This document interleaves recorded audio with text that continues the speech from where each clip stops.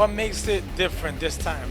This time fighting around in Miami, I would say, I not only, do I get to defend my belt, but the obvious truth is I get to take a belt away, take a belt home, which is a very historical thing. It's a belt that hasn't been put up in over 100 years.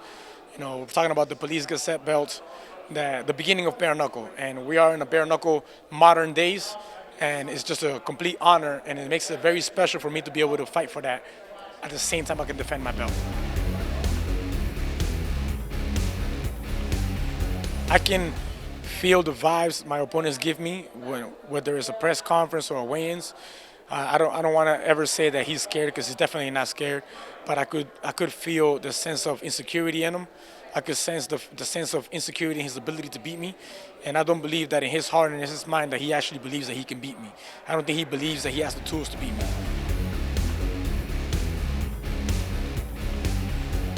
I think this is the most I've ever heard somebody talk, and the most that I've actually talked back to somebody. It makes it more exciting because it's like I always say, you walk with the truth. This is the truth. There's nothing, this is organic. There's nothing over here, like being played out, or there's nothing scripted here. It's all flowing the way that it's supposed to flow because it's truthful.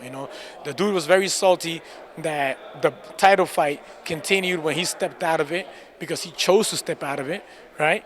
And he was very salty the fact that the fight remained a title shot and that I went and I took it, and he believes that I didn't deserve it and that he deserves it more. Well, if you believe you deserve something like that, don't step away from your chance. He had his opportunity, and after I captured the belt, I called him out.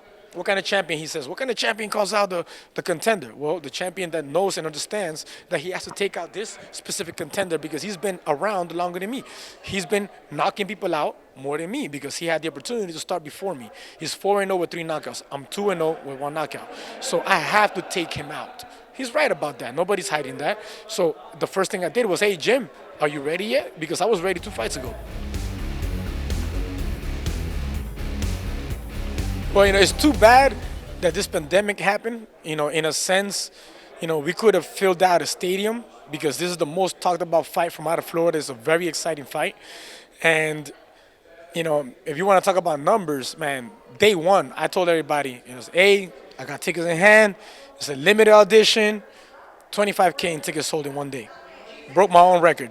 Up to date, 38,000 sold in tickets through my hands. We're not counting the people that I'm not in contact with.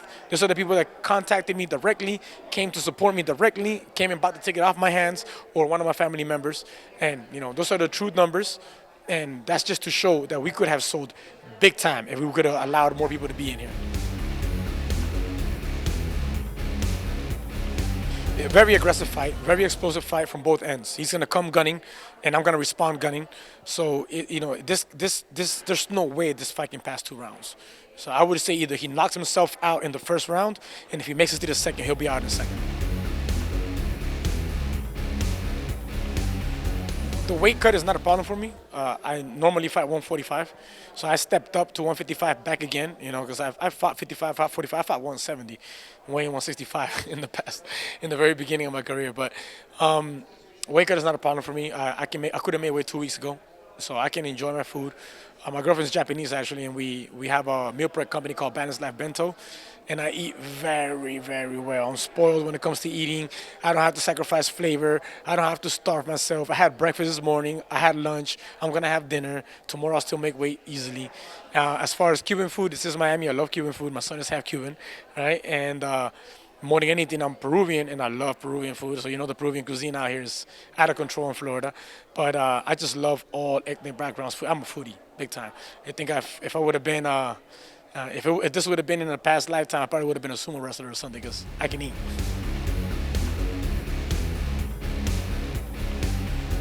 I haven't felt this excitement and this hype in a very long time, and I think it's a thing of experience.